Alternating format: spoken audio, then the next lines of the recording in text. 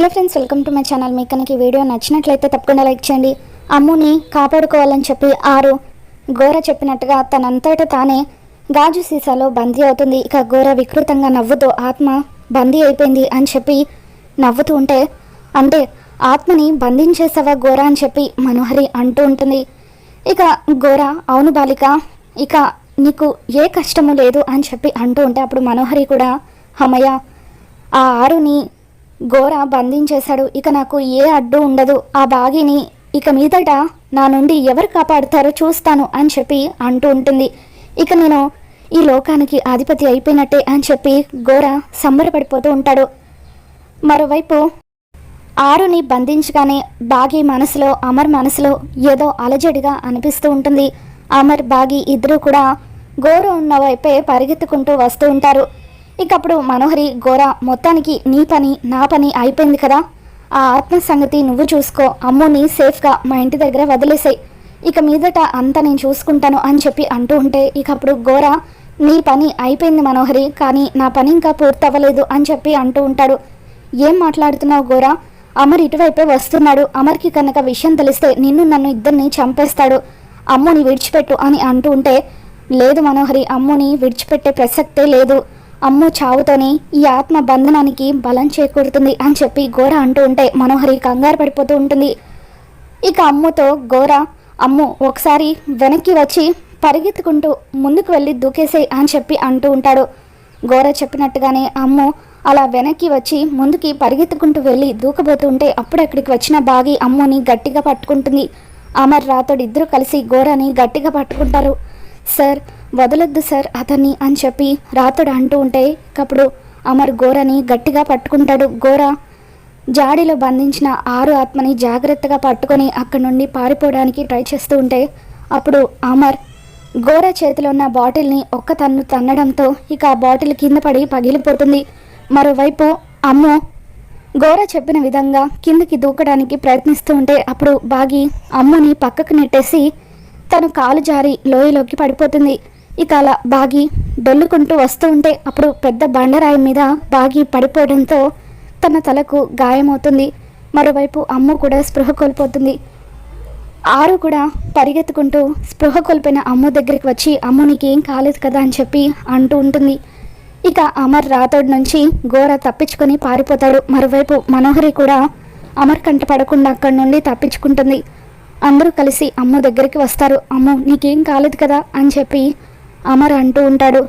Sir Missamma sir అని చెప్పి రాతోడు అనగానే ఓ మై గాడ్ అని చెప్పి అమర్ అలా లోయలోకి వెళ్ళి చూసేసరికి బాగి ఒక చెట్టు కొమ్మకు ఆనుకొని స్పృహ కోల్పోయి ఉంటుంది. ఇక దాంతో రాతోడు త్వరగా అంబులెన్స్కి ఫోన్ చేయంటూ అమర్ గట్టిగా అరుస్తాడు. ఇక అంబులెన్స్లో బాగిని హాస్పిటల్కి తీసుకుని వెళ్తారు. విషయం తెలుసుకున్న అమర్ వాళ్ళ అమ్మ నాన్న ఇద్దరు కూడా హాస్పిటల్కి చేరుకుంటారు. అసలు ఆ దేవుడు మన కుటుంబానికి ఎందుకు ఇంత అన్యాయం చేస్తున్నాడో అర్థం కావడం లేదు. ఒక మనిషి ఎన్ని కష్టాలని భరిస్తాడో ఒకదాని తర్వాత ఒకటి కష్టం వస్తూనే ఉంది అని చెప్పి అమర్ వాళ్ళ అమ్మ నాన్న ఇద్దరు కూడా ఎంతగానో బాధపడిపోతూ ఉంటారు. అసలు మనం ఎవరికి ఏ అన్యాయం చేశామని ఒకదాని తర్వాత ఒకటి సమస్యలు వస్తూనే ఉన్నాయని చెప్పి ఇక వాళ్ళు బాగి గురించి అమ్ము గురించి బాధపడుతూ ఉంటారు. అమ్ముకి బాగికి లోపల ట్రీట్మెంట్ జరుగుతూ ఉంటుంది. మనోహరి టెన్షన్ పడుతూ పొరపాటున అమ్ముకి జరిగిందంతా గుర్తుంటే నా గురించి నిజం చెప్పేస్తుంది, అప్పుడు అమర్ నాకు ఇదే హాస్పిటల్లో పోస్ట్ మార్టం చేస్తాడు అని చెప్పి మనోహరి కంగారు పడిపోతూ ఉంటుంది. ఇక అమ్ము స్పృహలోకి వచ్చిందని మీరంతా చూడొచ్చు అని చెప్పడంతో అమర్ వాళ్ళు పరిగెత్తుకుంటూ అమ్ము దగ్గరికి వెళ్తారు. అమ్ము పరిస్థితి చూసి అందరూ కూడా చాలా బాధపడుతూ ఉంటారు. అమ్ము ఇప్పుడు ఎలా ఉంది నాన్న అని చెప్పి అమర్ అంటూ ఉంటే నేను బాగానే ఉన్నాను డాడ్ అని చెప్పి అమ్మ అమ్మ అని చెప్పి మిస్సమ్మ ఎలా ఉంది అని చెప్పి అడుగుతూ ఉంటే లోపల మిస్సమ్మకు ట్రీట్మెంట్ జరుగుతుందని అమర్ అంటాడు. ఇక ఆ తర్వాత మనోహరి టెన్షన్ పడుతూ అమ్మ నా గురించి నిజమేమైనా చెప్పేస్తుందా ఏంటి అని చెప్పి అనుకుంటూ ఉంటుంది. ఐస్ క్రీమ్ కొనుక్కుంటానని చెప్పి అటు నుండి అటే వెళ్ళిపోయావు ఏంటి అమ్ము అని చెప్పి అంజు వాళ్ళు అడుగుతుంటే అప్పుడు అమ్ము అవును నేను ఐస్ క్రీమ్ కొనుక్కోవడానికి వెళ్ళాను, తర్వాత ఒక పెద్దాయన కూడా ఐస్ క్రీమ్ కొనుక్కోవడానికి వచ్చాడు, ఆ తర్వాత ఏం జరిగిందో నాకేమీ గుర్తులేదు అని చెప్పి అమ్ము అంటూ ఉంటుంది. దాంతో మనోహరి అమ్మాయి అని చెప్పి అనుకుంటూ ఉంటే మీరేంటంటే అంతలా టెన్షన్ పడుతున్నారు అని చెప్పి అమ్ము మనోహరిని అడుగుతూ ఉంటే అందరూ కూడా అనుమానంగా మనోహరి వైపు చూస్తూ ఉంటారు. ఏం లేదమ్మో, నీకు ఇలా అయితే టెన్షన్ పడకుండా ఎలా ఉంటానో, నీకు ఇలా అయిందేంటా అని టెన్షన్ పడుతున్నాను, ఎంతైనా అమ్మని కదా అని చెప్పి అంటూ ఉంటే, మీరు అమ్మ పాపకి అమ్మ ఏంటి మేడం అని రాతోడు అంటాడు. అంటే అమ్మ పాపకి నేను అమ్మలాంటి దాన్నే కదా, అందుకే అలా అన్నానని చెప్పి మనోహరి అంటూ ఉంటుంది. ఇక ఇంతలో డాక్టర్ అక్కడికి వచ్చి, ఏంటి ఇదేమన్నా హాస్పిటల్ అనుకుంటున్నారా, సినిమా థియేటర్ అనుకుంటున్నారా, డాక్టర్కి స్పేస్ ఇవ్వకుండా మీరే నిలబడితే ఎలా అని చెప్పి అంటూ ఉంటే, సారీ డాక్టర్, అమ్ముకి ఇలా జరిగిందనేసరికి తొందరలో అందరం కూడా ఇలా వచ్చేసాం అని చెప్పి మనోహరి అంటూ ఉంటుంది. అక్కడికి ఏదో మీ ప్రేమ అనురాగాలతోనే ఈ అమ్మాయి బతికినట్టుగా అంత బిల్డప్ ఇస్తున్నారేంటి, త్వరగా బయటకు వెళ్ళండి అని అంటూ ఉంటే, అప్పుడు అంజు పాప, డాక్టర్ మాకు ఒక 10 నిమిషాలు టైం ఇస్తే మేము అమ్మతో మాట్లాడి వెళ్తాం అని అంటూ ఉంటుంది. అమ్మో, ఈ పొట్టి పిల్ల మామూలుది కాదు, నాకే సీరియస్గా వార్నింగ్ ఇస్తుందని డాక్టర్ అనుకుంటాడు. అంతా బయటకు వెళ్ళిపోయిన తర్వాత అంజు పాప అమ్ముతో, అమ్మో ఇదంతా ఆ మిస్సమ్మ ప్లానే కదా, నువ్వేం టెన్షన్ పడకు, ఆ మిస్సమ్మకి ఎలా బుద్ధి చెప్పాలో మాకు బాగా తెలుసు అని అంటూ ఉంటే, ఏంటి అంజు అలా మాట్లాడుతున్నావు, ఈరోజు నేను ఇలా ప్రాణాలతో ఉన్నానంటే దానికి కారణం మిస్సమ్మ ప్రాణాలకు తెగించి నన్ను కాపాడిందని అమ్ము అంటూ ఉంటుంది. అదంతా వట్టి నాటకం, నువ్వెన్ని చెప్పినా మిస్సమ్మ విషయంలో మేము ఇదంతా నమ్మము, ఎందుకంటే తను కావాలని డాడీ దగ్గర మార్కులు కొట్టేయడానికి నిన్ను కిడ్నాప్ చేయించి తనే సేవ్ చేసినట్టుగా నాటకం ఆడుతుందని చెప్పి అంజు, ఆనంద్, ఆకాష్ వాళ్ళు అంటూ ఉంటారు.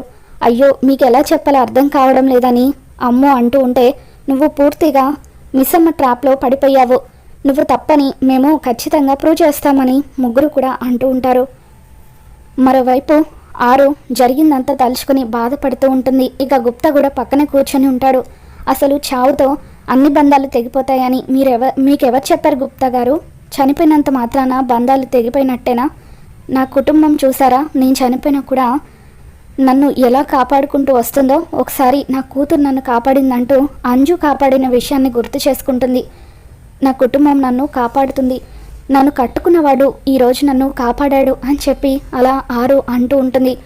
పౌర్ణమి రోజున నాకు వచ్చే శక్తితో ఈసారి మనోహరిలోకి ప్రవేశించి తన నోటితోనే నిజాలన్నీ చెప్పేస్తానని ఆరు అంటూ ఉంటే, ఇక అప్పుడు గుప్తా, బాలిక, మా యమధర్మరాజు గారు ఇచ్చిన శక్తిని ఇలా దుర్వినియోగం చేస్తే పైనక వెళ్ళి ఆయనకు నీకున్న శక్తులన్నీ వెనక్కి ఇచ్చేయమని అంటాను అని అంటూ ఉంటే, దయచేసి ఆ పనులు మాత్రం చేయకండి గుప్తా గారు అని చెప్పి ఆరు బతిమలాడుతూ ఉంటుంది. అయితే నువ్విలా కుట్రలు చేయడం మానేసే, విధికి ఎదురెళ్లాలని చూస్తే పరిణామాలు తీవ్రంగా ఉంటాయని చెప్పి గుప్తా హెచ్చరిస్తాడు. మరోవైపు బాగీకి లోపల ట్రీట్మెంట్ జరుగుతూ ఉంటే అమర్ చాలా బాధగా అటు ఇటు తిరుగుతూ ఉంటాడు.